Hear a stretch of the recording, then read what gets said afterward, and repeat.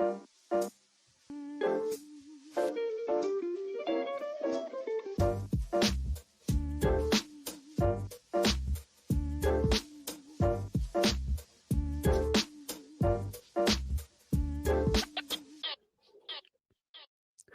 everybody, welcome to High Spirits. It's episode 42, and I'm Ben Larson, and with me, as always, is Anna Ray Grabstein. We're recording Thursday, May 9th, 2024, and we have an awesome show for you today. Got my good friend Chris Jackson coming on the show. We do a lot of work together on NCIA. He's the executive director of the Michigan Black Caucus, Legislative Black Caucus, and just doing a ton of work across the Midwest. I'm going to see him in DC next week, and so we're going to cover a lot today. But before we go there, Anna Ray, what's been keeping you busy this week? Oh my gosh, I have had this narrative on repeat in my head. John Stroyer with Green Market Report wrote an article at the beginning of the week about how the top 20 public companies in cannabis are just losing billions of dollars. And there's only one that's posted net income this year, and that is Green Thumb.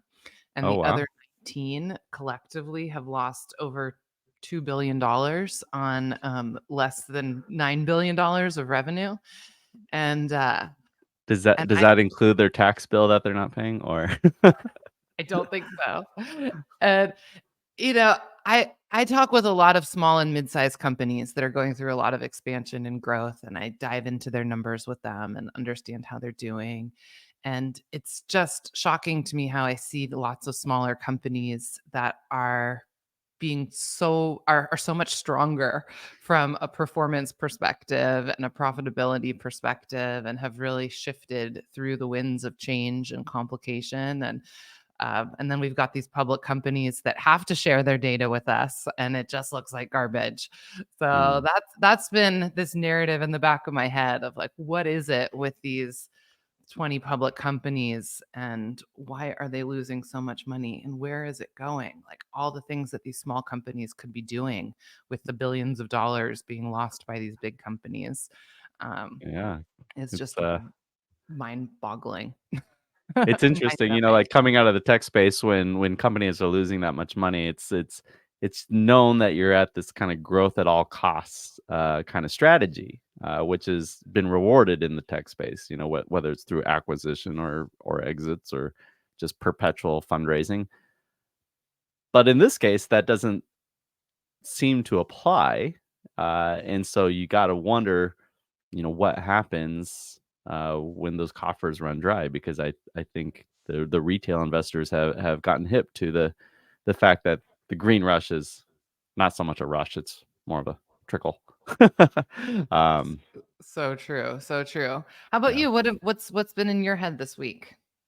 More of always the same. It's all about beverage, always. But especially right now, we are nearing the end of the legislative session, especially here in California, and there's just a really impactful bill on the docket right now, AB 2223. We've talked about it in the past, and it's quite detrimental to not only the hemp beverage category that's proliferating, but all of hemp operators in California. And I don't know if that's the intent. It is kind of like that pendulum swing that we often talk about in politics. Is there's a massive regret about AB 45, which was about 3 years ago when that passed, and the loophole it created to allow intoxicating hemp products into the marketplace. And so the same author of that bill is now trying to correct with the current bill. And it's interesting. I think in the author's ear in the previous bill was the U.S. Hemp Roundtable. And this time it is Origins Council, which is a group of growers, out of the North counties of California. Also CCIA, the California Cannabis Industry Association. And so it's always interesting to start to understand a little bit more about how the sausage is made. It's a little mind numbing at times. Interesting is a nice word. Sometimes Yeah, that I'm can trying be to watch myself so frustrating. I don't get myself in trouble with anyone, but it's interesting. It's very interesting. Well, look, and we've talked about this before, but I think that some people come into cannabis as advocates and activists, and many of the rest of us came in as entrepreneurs. And I think that you and I have that in common, and it's part Mhm, of our cannabis journey. But we all end up as advocates somehow. And a big part of that, often, if you start as an entrepreneur, is protecting your business and trying to make sure that there's pathways for success along the way. And certainly when it comes to policymaking in California, and you're face to face with this right now with this hemp bill, is that mhm, not aligned incentives with all of the parties, and the elected officials might see the people in cannabis as all one collective group, but you and I know that people in cannabis that the electeds are seeing is actually many different disparate groups that are, some are in hemp, some are in regulated cannabis, some are manufacturers, some are beverage makers. Like, everybody sees the world in a different way, and everyone's mhm. trying to just make it and is on the brink of something great, but is most likely struggling. And so they're trying to protect their little piece of the pie, which totally makes sense, but makes it really hard to get anything done. Yeah, I think the universal truth that is starting to emerge, and I read one of, Brad Bogus' posts today, is that the whole system is broken. Like, this is not the legalization that we signed up for. And so, protecting what has been built is a tough case, and I think that's becoming very apparent to even the operators on the cannabis side. So, Protecting what has been built because it doesn't work, right. and so further investing in it is that intelligent or not? Yeah, Uh, right. It's like, let's push all of hemp into the broken cannabis system because we want all the businesses to fail. Um, yeah. Anyways, that's not what this episode is about. Yeah, but, I think it is a good segue. I will say, Ben, you and I both come from California, and as a result, we sometimes have a California-centric view, and today I'm really excited to talk about things that are happening outside of California, and in particular, to dive into Michigan, because Michigan is the second largest cannabis state market in the country. I pulled up some data before this episode, and Michigan did $3 billion of sales in 2023. I mean, there's a Wow. massive cannabis industry going on in the state, and so really excited to bring on your friend Chris. Do you want to cue him up and introduce him? No, I mean, that's your job. I'm not gonna Okay, I'll impede do on it. I that. just met Chris today. I met him right as we were prepping before, and you guys, he's awesome. He's got a great radio voice. But want to bring on Chris Jackson. He has a lot of titles. He's the executive director of the Michigan Legislative Black Caucus. He is the chair of the National Cannabis Industry Association. He is also the owner and president of the Lansing Pharaohs, a professional basketball team out of Michigan. And he also has earned his stripes as an experienced cannabis entrepreneur, although not a current operator. So, Chris, really excited to have you join the conversation today. Thanks for coming. Welcome. Hello, hello, hello. And NRA, I'm not just Ben's friend, I'm your friend too. Okay. Um, and So and and diplomatic of you. and, and we'll talk about why, but actually the Pharaohs are now located in Pontiac, Michigan, my hometown. Oh, cool. So we moved from Lansing, Michigan to Pontiac, Michigan, but we could talk about that later. Amazing.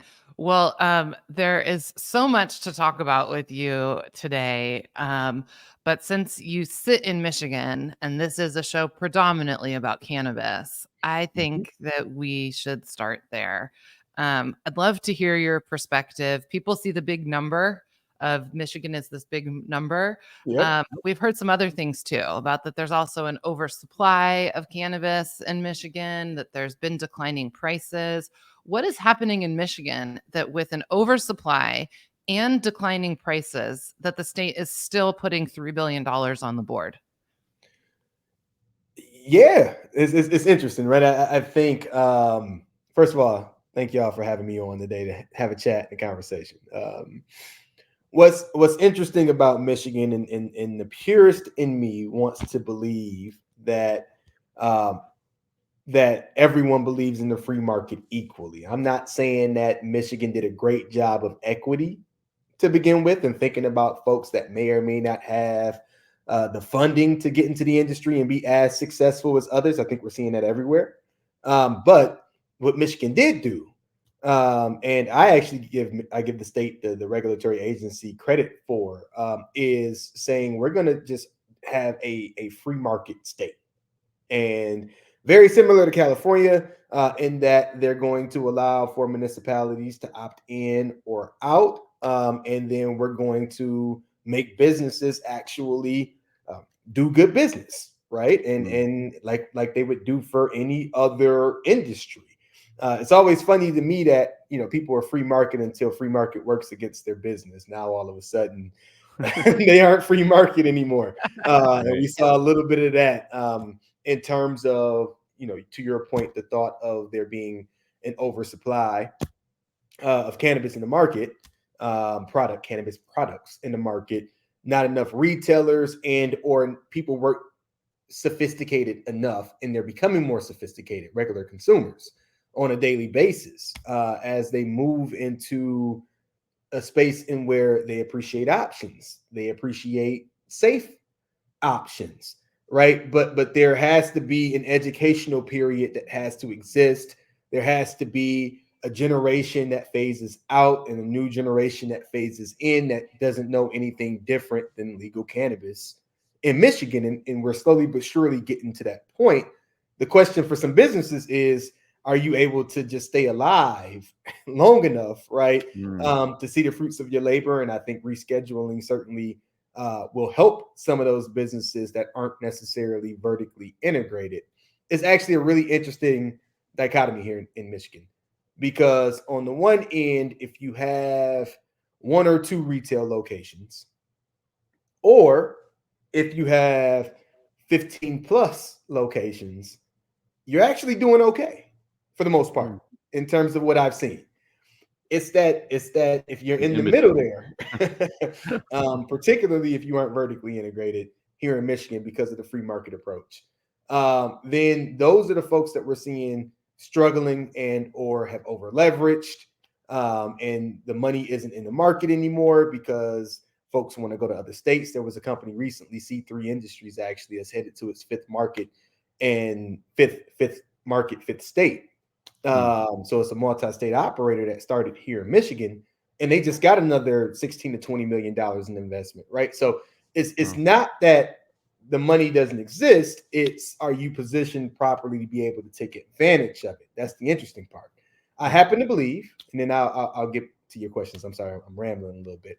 I happen to believe that there's going to be a place throughout the country, but particularly in states like ours, that Michigan is known for its breweries, right? I think Grand Rapids, Michigan was touted Beer City, USA at one point, right? But the craft experience is going to be an experience that I think long term is going to allow for your smaller mom and pop shop restaurants, whatever, to have success long term. Whereas you have a couple of fast food brand restaurants that are just going to be everywhere, right? So do you want a fast food? You want something quick? You already know what you're getting, or do you want an experience? And I think the industry is going to get there. It's just a matter of things like rescheduling and safe banking happening at some point. Yeah. Chris, you were mentioning about kind of the opportunity for different municipalities to kind of opt into the legal market, and we've talked about this a lot in California, how we don't actually have that much coverage as far as legal retail goes. How is the landscape looking in Michigan as far as coverage? Yeah, so, well, the fact that there's an oversupply means that there needs to be more retail, right? Or you would think, right? So, right. It's growing, right? I think a lot of cities or municipalities in Michigan wanted to see how the others did it first before they decided to get involved. I think elected officials are becoming smarter in that will approach cannabis. It's here to stay. I think there's money to be made based on the taxes that have been distributed to all of the municipalities and the counties per the sales in cannabis. The question is, how do we do it? How many do we allow? Is it a merit-based system versus a random system? We don't want to get sued. How long can we take on lawsuits for? So elected officials are becoming smarter based on examples that other municipalities have set. As of right now, I think there's probably room, based on the numbers that I've seen, there's probably room for more retail outlets. I imagine the folks that are going to be new owners, retail outlet owners in Michigan, are going to either be the folks that are social equity applicants, right, opening for the first time, or your large conglomerates that want to increase their footprint in Michigan, because that's the only way it makes sense. In Michigan, if you're a large conglomerate, is to have as many storefronts as possible. Right. So you've been touching a bunch on stores in Michigan, and I know that that companies are allowed to be vertically integrated in Michigan if they choose, but they also don't have to be. That's right. Which is very similar to the way California is. It's a kind of a choose your own adventure in terms of what part of the supply chain you want to operate in. Whereas, New York has taken an approach where vertical integration isn't allowed. Florida requires vertical integration. Everybody has chosen a different path. Is there kind of a requirement in Michigan that's unspoken to be vertically integrated if you want to be successful? Or is there a good free market environment for brands to get into retail, even if they don't own their own stores? Yep, that's right. I think people are becoming creative, as probably everywhere in cannabis. People are becoming more creative. If you want long-term success, at least in this market, then being vertically integrated is highly recommended, right? But that means that you have to have a lot of money in order to be able to do that, at least initially. Some businesses like my old, I was with Sticky Cannabis at one point. We were operators together, and then I transitioned out, but just retail. But there are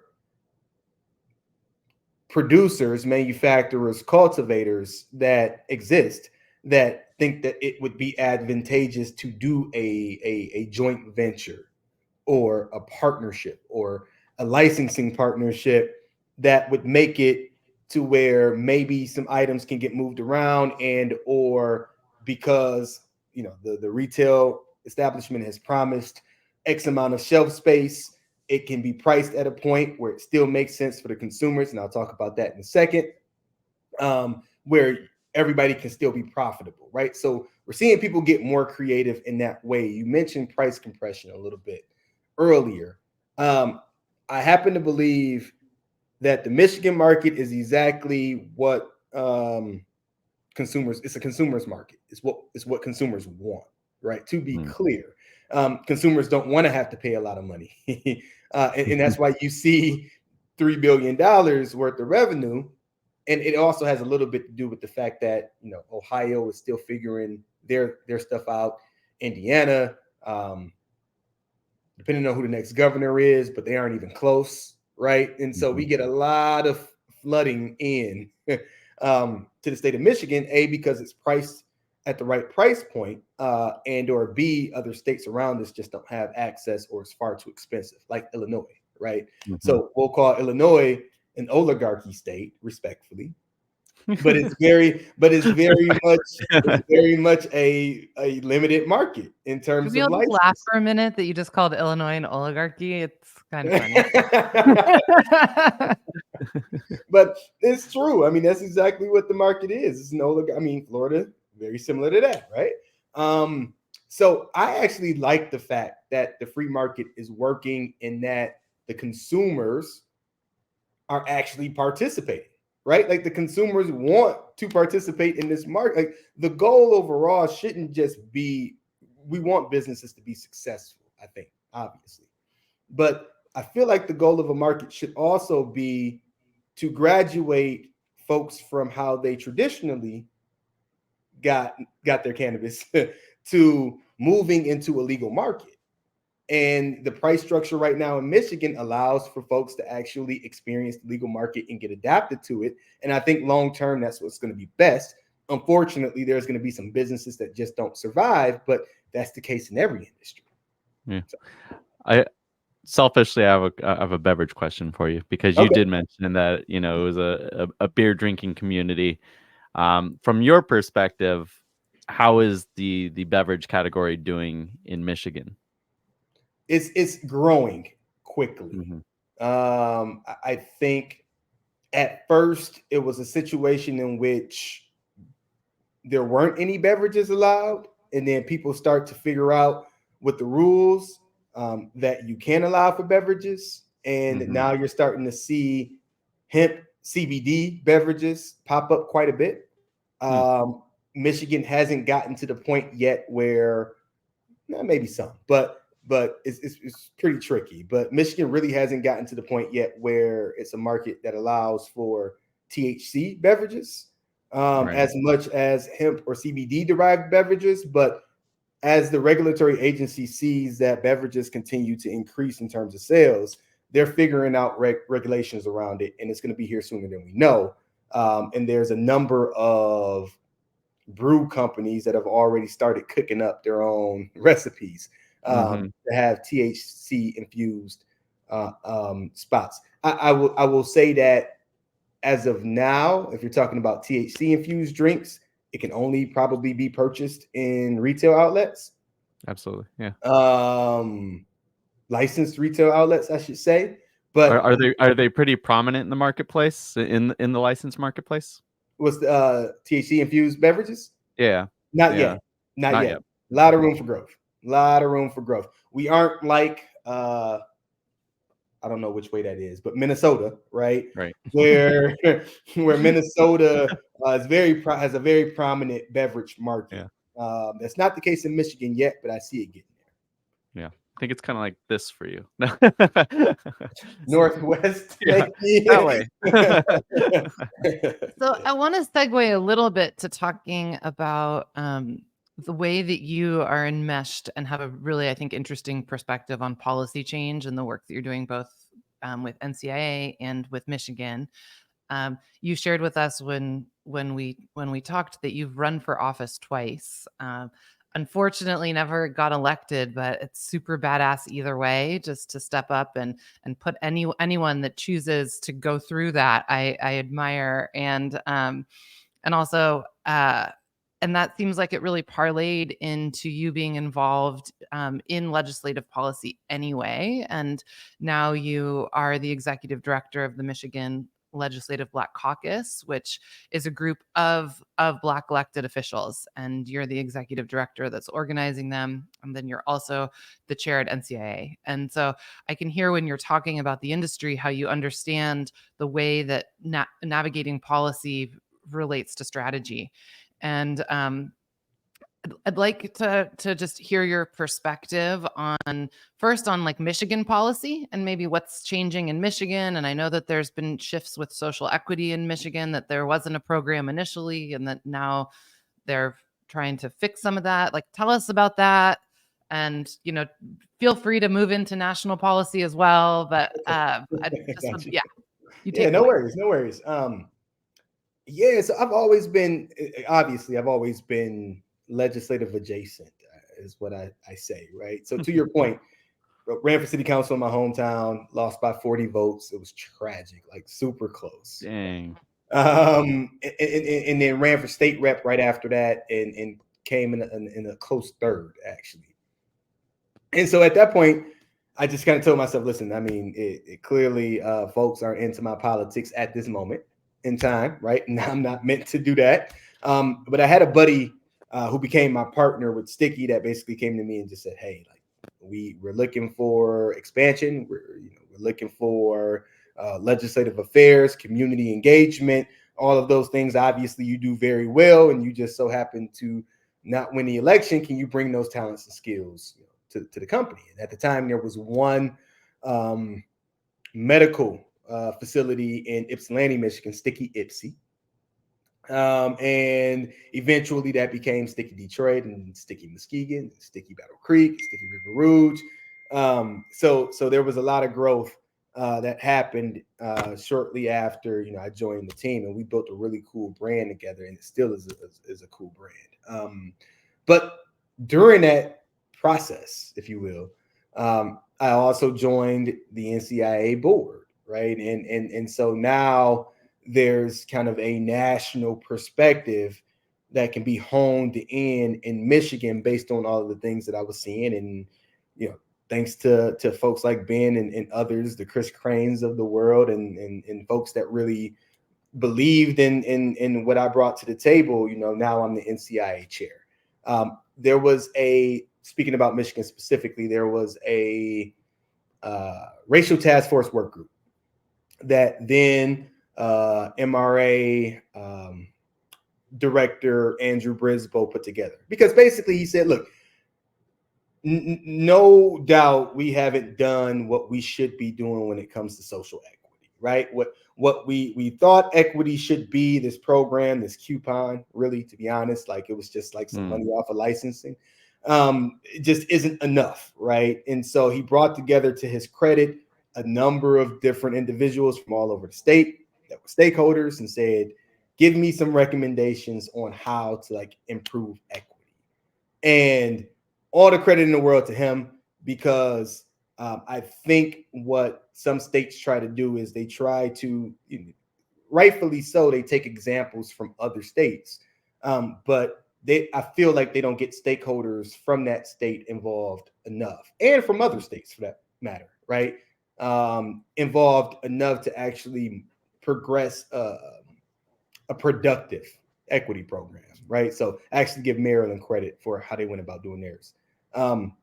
Anyway, long story short, though, that racial task force work group came up with some recommendations, which have been implemented and then transitioned over to a diversity, equity, and inclusion continuous work group, where once a month you serve on this work group for so many months or whatever the case is, and everything that the agency decides to do, they run it by this group just to say, are we taking the equitable lens into consideration, right? Which, again, I give them credit for that.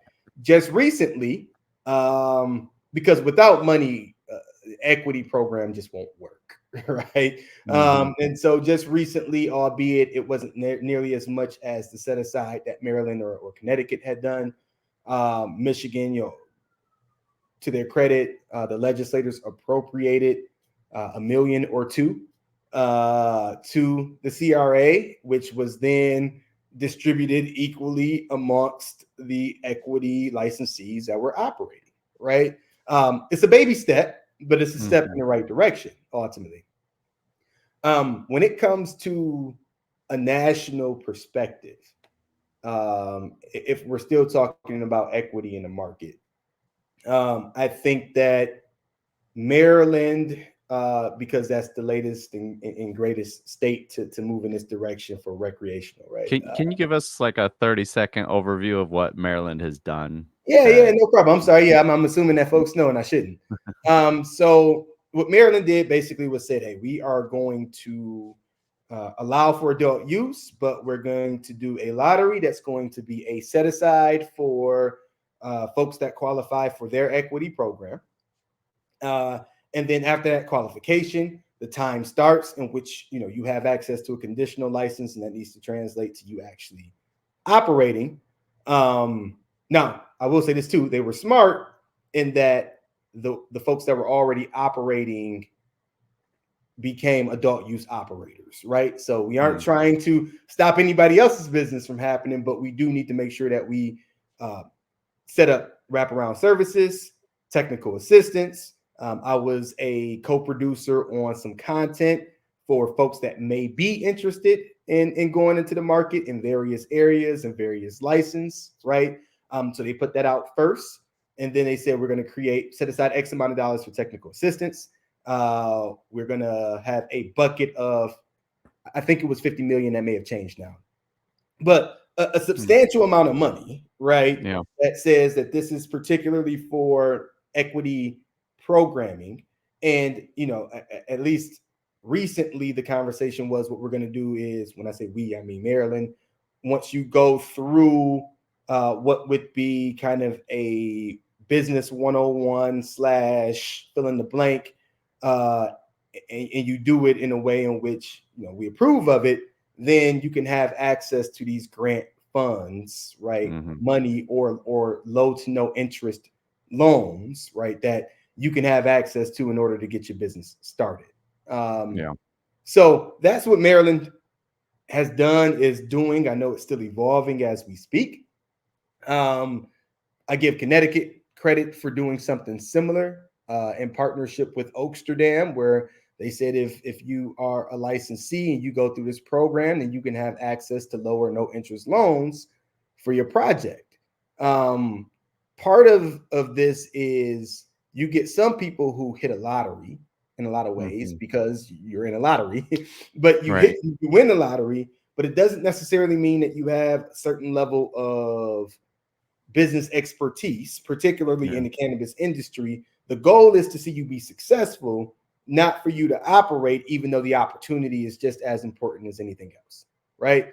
So there's this balance between, we're going to give you an opportunity whether you are successful or not, but also we really want to see you be successful, because otherwise, how do we justify funds being appropriated in the future as a legislature or a governor, right? And then just trying to find that balance between, and I don't think that any any market has done it successfully. I guess it just depends on what you call successful. But one of the keys to some of these other markets that are not California is that I've seen these programs allow for non-location based licenses to be awarded, and then they can go out and find the place. And I think that's such an important component of this, because I've seen so many businesses die before they launch because they run out of funds in the permitting phase. It's like to have to lock in a location just to apply for a license. Because like I just got done with a 2.5-year project in Berkeley. The project we were working on was unlicensed for essentially 2.5 years, and to pay rent on that as an operator that doesn't have a ton of funds, or you're taking out these zero interest loans, like what happens when you have to start those repayments? Yeah, absolutely. It's crazy.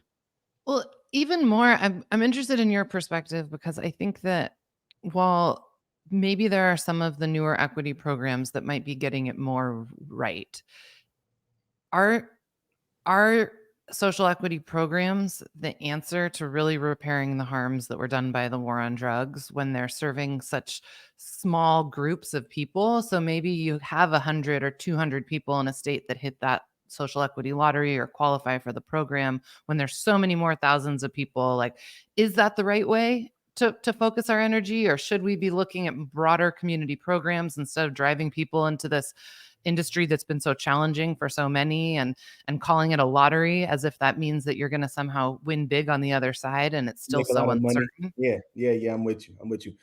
So the answer to that question is no. It's not enough to just provide opportunity to be entrepreneurs in the market now, because not everybody wants to be an entrepreneur, right? So to that end, I think that is a part of it, but also in shouts out to Maryland and Michigan too. There's Maryland specifically, though, in this case, since we were talking about it, there's a reinvestment act or part, right, for communities that have been identified as negatively and disproportionately impacted, right? So you're right in that there has to not only be a line item for opportunity as an entrepreneur, there needs to be a line item for reinvestment into community. There also needs to be a line item for recidivism and workforce development and an opportunity outside of being a direct license holder, right? So I think you're right. As states become more sophisticated, I think they're realizing it's just not enough, because in Michigan, albeit they are promoting opportunities to do more in communities, and you could be a gold star level, silver star level, bronze star level, right? So they're promoting wanting businesses to be good community partners, as businesses should, by the way.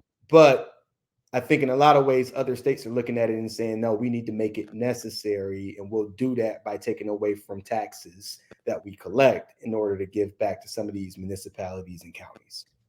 I can only imagine that your role with the Legislative Black Caucus has given you kind of a broader lens of how to think about this, and you've seen some of the successes in the broader landscape. Can you kind of enlighten us with, a few of the mechanisms that you've witnessed in that kind of broader landscape and how it might improve the way we approach these equity programs in the cannabis space? Yeah, and I'll take it a step further too, even right, like not just the equity programs in the cannabis space, but just cannabis businesses, period, Mm, right? Because yeah.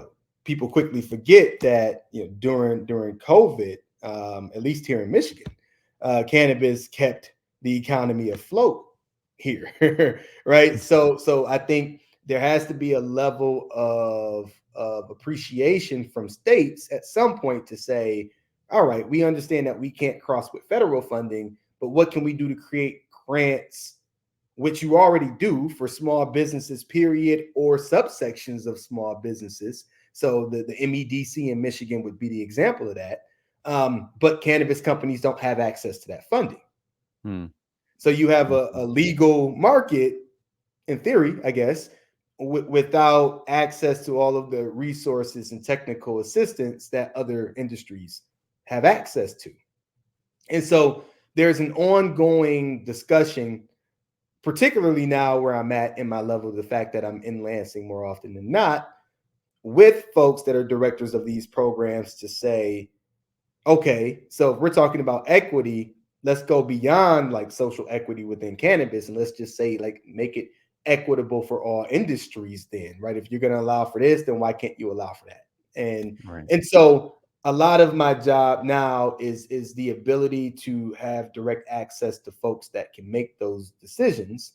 So now I have like in some ways there's a person on the inside Mm, for the cannabis yeah. industry that's having conversations with the director at the MEDC, director of Leo, et cetera, that basically said, here's the industry, make it work, right? But now is realizing that there are certain things that other industries got access to that make them long-term industries in a state. And if you want cannabis to be the same, especially coming off of COVID, right? And the fact that cannabis companies actually help the economy, then let's get creative about where we need to go strategically to make it happen. Yeah. And so next week with NCIA, it's lobby days, I understand. It is lobby days. Yeah. Yeah, Christmas. Biggest week of the year for That's yeah. right. Really Yeah. excited. So why don't you just tell our listeners what that's all about and anything that they should know about it?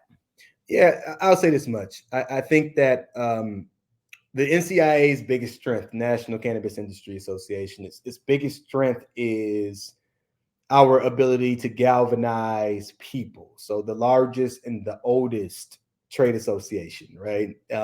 What that means is that we are driven by the people and all of our members, which is why we express ourselves as Main Street, right? Cannabis, and that there's a big tent that we have that folks fall under. And the goal is there are two things I think we all know that move Congress, and it's money, right? Which there isn't a ton of, by the way, in this industry, with the exception of a select few, which still isn't enough compared to big pharma or alcohol. That's an entirely different conversation, right? And the amount of people that are willing to speak up on behalf of the industry. And so NCIA once a year, next week for us, we go to DC, coordinate meetings with our lawmakers, Congress and senators, representatives and senators, just to say, look, this is what's happening in the industry. We're on the ground.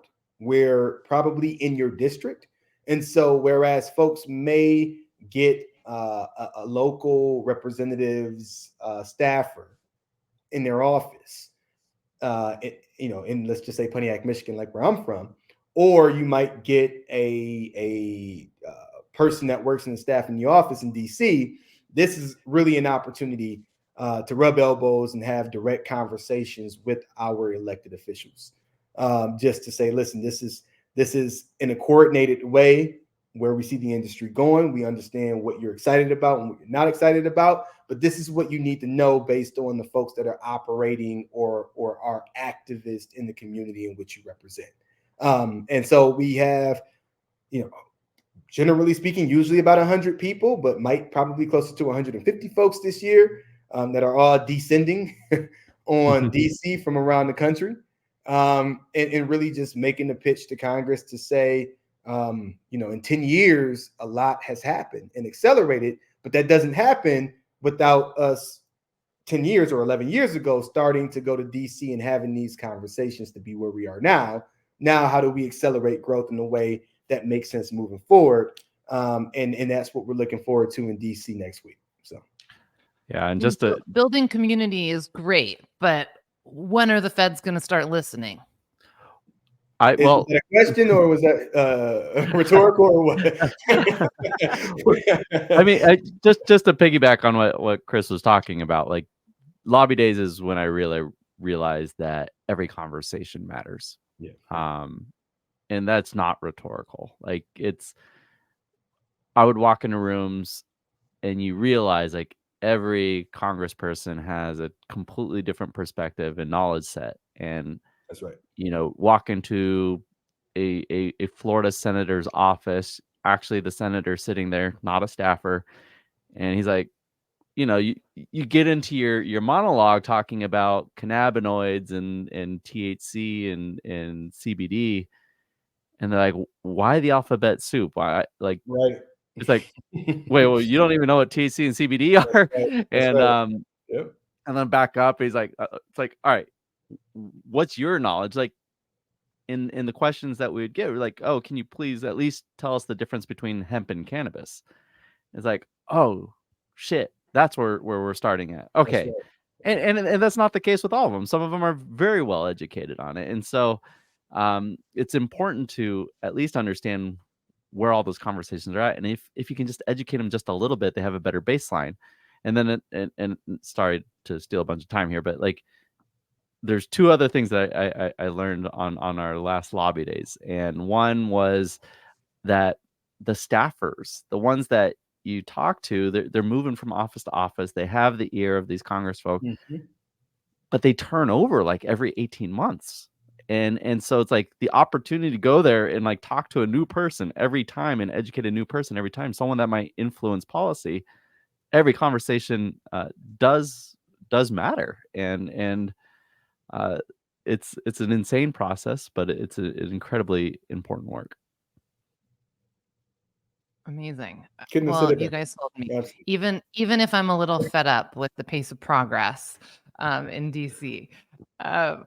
Well, we're getting close to the end of the hour, and I think there's something so unique, Chris, that you have in your professional portfolio that we just can't not talk about, which is that you own a professional basketball team. And I would just love to hear more about that, even if it's just for a couple of minutes, and I think our listeners would too. That's cool. Appreciate you for asking. The Pontiac Pharaohs, we're a part of the TBL, which is the basketball league. The 36 teams around the country, right? Been around for about 7 years. The league, our team has been around for 2 seasons now. We were in Lansing, Michigan, and as soon as I got the opportunity to bring the team back to my hometown, Pontiac, which we love our Detroit Pistons. They aren't doing so great, right? But it also costs a lot to be able to go watch the Detroit Pistons play. So to build community around a team where you have access, the community has access to players. We go to schools, we partner with school districts, and there's a workforce development component, economic development component, just a quality life component. And so I've always wanted to own a team. It really happened when I was with Sticky and we approached the league about sponsoring the entire league. They weren't that progressive. Pontiac Pharaohs, there they are. So they weren't that progressive. However, what ended up happening is they said, but we do have a market in Michigan. Are you interested in being a part of it? And my answer was absolutely. Let's do something special. Moreover, I think what I have or had an opportunity to do with this league too is really talk about influence of cannabis related to athletics and sports. So going into a league as a cannabis advocate in a league that wasn't as progressive at the time, where contracts stated that individuals can't consume cannabis, right? Just based on the limited amount of knowledge that they had, we've been able to shift league-wide contracts in some ways just to say, as long as you're not a detriment to the team, because cannabis obviously impacts, we know, everybody differently, and even athletes. Megatron, Calvin Johnson, right, who played for the Detroit Lions, Hall of Famer, was talking with him on another podcast, and he basically said, listen, like, everybody does it in a lot of ways. Like, most people do it, I should say that. if you hear about it, though, it's because it's the third time that this person has probably gotten in trouble. Right. And so there are major leagues, as pharma and as alcohol shifts. Major leagues are also starting to shift in that Calvin Johnson's company, Primitive, is now the official CBD of the Detroit Tigers. And so we're starting to see it before our eyes. But what ends up happening is you take minor level leagues, right, like AA, AAA leagues, you try different things, and if it works, then it gets elevated, right? And that's what we're starting to see when it comes to the cannabis industry, CBD industry, maybe even hemp in general. And I'm just happy to be able to be a part of influencing that when it comes to our league, and all of the cool things that we get to do, as far as just like, we don't have NBA money, marketing dollars, or we don't pay the same amount of money, but we are very much a developmental league for everybody that's involved in it. And I've enjoyed it so far. So I appreciate you for asking. Sorry, I got a little long-winded, but yeah.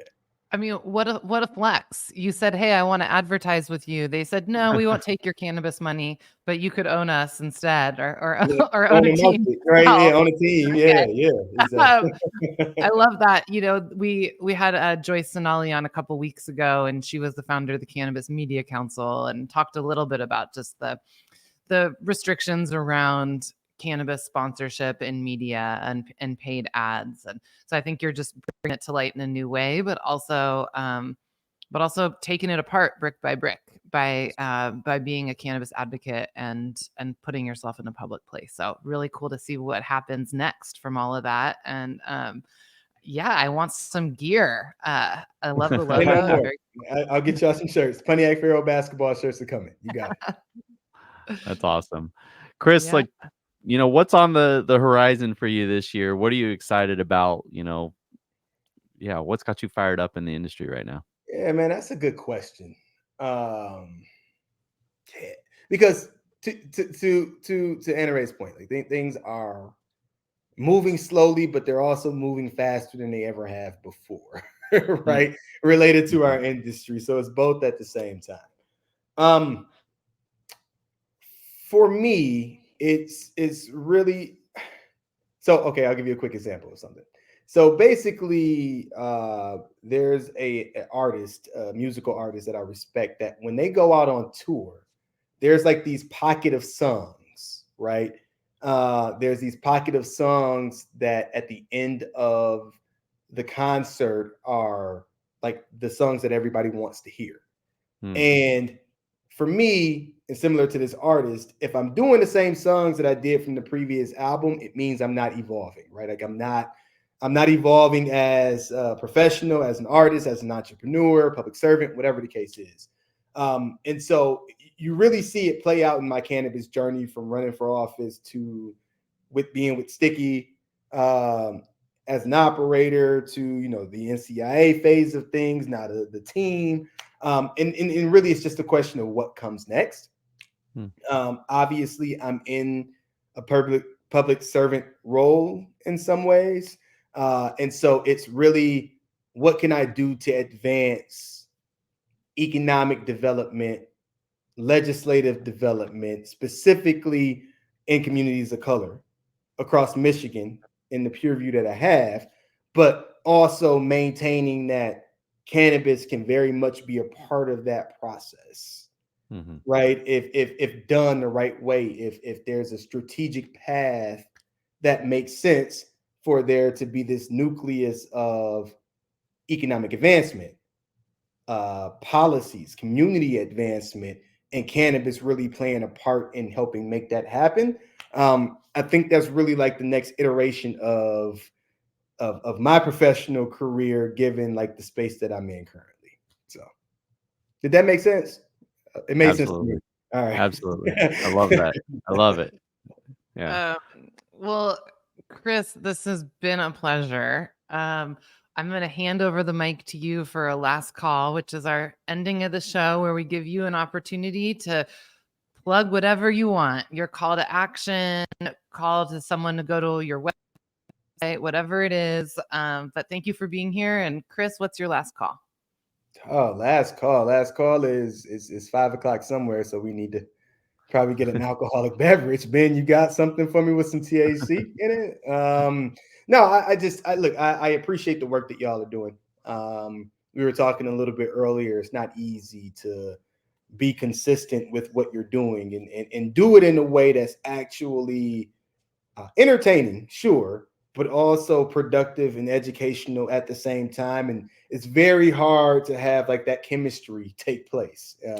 So appreciate what y'all are doing, what y'all mean to the market. I think that everyone that's interested in being in cannabis can mean something to the market. You just have to find out what your niche is. Not everybody needs to be an entrepreneur. Not everybody has to have a license. Not everybody wants one.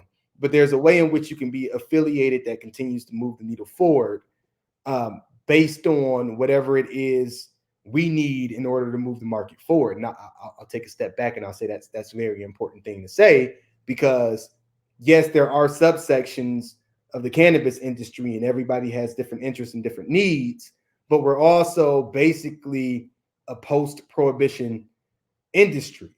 And so there needs to be some level of collectivism, at least in public, right? In order for things to continue to move as they have been. And then as the industry grows in terms of being legal around the country, and from a federal perspective and from a state perspective, then subgroups start to make more sense. Sub-interests start to make more sense. So never forget what you're doing it for, but understand that if we're fractured and divided, like other industries have existed a lot longer than we have. And they know how to play to that destructiveness that could be the cannabis industry. And all of a sudden it looks like, to your point earlier, something that we didn't sign up for to begin with. And even if it feels that way now, it can get a lot worse very quickly. And so I'm just here to call for a sense of unity. Families fight, right? But at the end of the day, they also, like, the good ones have each other's back. And so whatever we can do at NCIA to continue to help try to mend burned bridges potentially, and or build new relationships, like, I'm certainly here to do that, as is everybody that we're associated with. So thank you again. Cool. Thanks. Amazing. Well, Chris, it's such an honor to have you on the show. You mentioned Chris Crane earlier, who we both have probably acknowledged that they're big shoes to fill. That's right. But I am super appreciative of the energy and vision that you bring. New blood, a lot of energy, and I think the industry is going to be better off for it. So appreciate you doing the hard work and being on the show, of course, and super excited to hang with you next week. All right. See you soon. Thank you. All right, bud. Talk to you soon. Anna Ray, another one in the bag. That was a great conversation. Yeah, I want to hang out with Chris in person. I'm kind of bummed that was over Zoom, but I'll take what I can get. Lobby days 2024, maybe 2025. All right, folks, as we wrap up, remember that the dialogue doesn't have to end here. We invite you to continue these conversations, and we'd love to hear your thoughts. Who would you like to see on the show? What topics would you like to have us cover? We're immensely grateful for you, our audience. Your engagement encourages us to keep bringing you these thought-provoking conversations. So if you've enjoyed this episode, please like, subscribe, and share High Spirits with your colleagues, your friends, and heck, your family. Thank you to our teams at Vertosa and Wolf Meyer for your continuous support in our spirited journey. And as always, remember, folks, stay curious, stay informed, and most importantly, keep your spirits high. Until next time, that's the show.